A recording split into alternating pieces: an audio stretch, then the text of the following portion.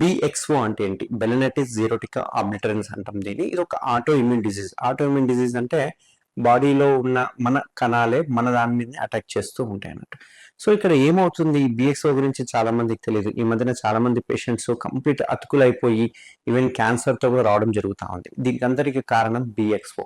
ఇది చూడడానికి ఏముంటుంది అంటే ఆ చర్మం అంటే ఈ అంగం యొక్క ముందర చర్మము కలర్ మారిపోతూ ఉంటుంది. లైక్ బుల్లి అంటాము, విటిలిగో అంటాం. మనకు అప్పుడప్పుడు పెదవుల దగ్గర కానీ ఫేస్ మీద కానీ కలర్ మారిపోతూ ఉంటుంది. సేమ్ అదే రకంగా అంగం యొక్క ముందర చర్మం కూడా కలర్ మారుతుంది. ఆ కలర్ మారిపోయి థిక్ అయిపోయి ఎలాస్టిసిటీ పోయి హార్డ్ అయిపోవడాన్ని మనం బిఎక్స్ఓ అంటాం. ఈ బిఎక్స్ఓ ఎంత డేంజరస్ డిసీజ్ అంటే ఆ చర్మము ఒకసారి బిఎక్స్ఓ అటాక్ అయ్యింది అంటే ఆ క్వాలిటీ అంటే ఎలాస్టిసిటీ అనేది పోతుంది. ఎలాస్టిసిటీ పోవడం వల్ల వెనక్కి రాదు. మీరు టైట్ గా వెనక్కి చేస్తే క్రాక్స్ వస్తూ ఉంటుంది. అట్లా అని చెప్పి క్లీన్ చేయకుండా అలాగే పెడితే ఆ ఎలాస్టిసిటీ పోయి ఆ థిక్ అయిపోయి హార్డ్ అయిపోయి గట్టిగా అయిపోతుంది. గట్టిగా అయిపోయి అసలుకే వెనక్కి రాదు. అంతేకాకుండా మెల్లగా ఆ చర్మము కింద గ్లాన్స్ అంటాం, అంటే బుల్లెట్ భాగం అంటారు కదా, ఆ గ్లాన్స్ భాగానికి గట్టిగా అతుక్కపోతుంది. ఎంత గట్టిగా అంటే ఈవెన్ సర్జరీ కూడా పాసిబుల్ కాదు, అంత హార్డ్గా అతుక్కపోతుంది.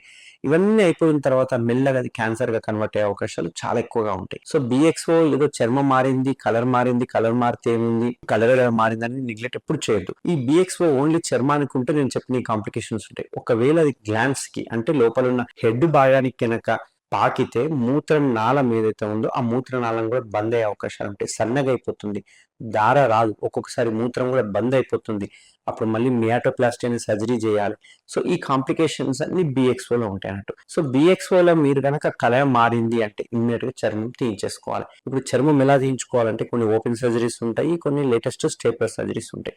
ఈ కోతకి స్టేప్లర్ కి డిఫరెన్స్ ఏమవుతుందంటే మనం కట్ చేసినప్పుడు కుట్లేస్తాం కాబట్టి జిగ్జాగ్ గా పడతాయి. కుట్లు వేసినప్పుడు మళ్ళీ పెయిన్ ఉంటుంది, బెడ్ రెస్ట్ కావాలి, పథ్యం ఉండాలి, డ్రెస్సింగ్స్ చేయించుకోవాలి, ఇట్లాంటి కాంప్లికేషన్స్ ఉంటాయి. అదే స్టాప్లర్ చేయడం వల్ల మన దగ్గర వాడే స్టాప్లర్ ఏదైతే ఉందో గోల్డ్, వైట్, బ్లాక్ అనే రకాల స్టాప్లర్స్ ఉన్నాయి. అందులో మనం వాడే స్టాప్లర్ లో ఉండే సిలికాన్ రింగ్ అనేది ఉంటుంది కాబట్టి మనం పిన్స్ కొడతాం, ఎటువంటి సూచర్ అయ్యాం. సో కటింగ్ తో పాటు ఆటోమేటిక్ గా పిన్స్ పడతాయి కాబట్టి పథ్యం అవసరం లేదు, ఎటువంటి డ్రెస్సింగ్స్ అవసరం లేదు, ఎటువంటి బెడ్ రెస్ట్ అవసరం లేదు, పెయిన్ ఫ్రీ ఉంటుంది, ఇమ్మీడియట్ గా వెళ్ళిపోవచ్చు డ్యూటీలకి. సో ఎవరికైనా ఇట్లా బిఎక్స్ఓ ఉంటే అస్సలు నెగ్లెక్ట్ చేయకండి. నేను చెప్పిన ఈ సిమ్టమ్స్ ఉన్నాయంటే మీకు ఫస్ట్ బిఎక్స్ఓ ఉన్నట్టు. Thank you very much.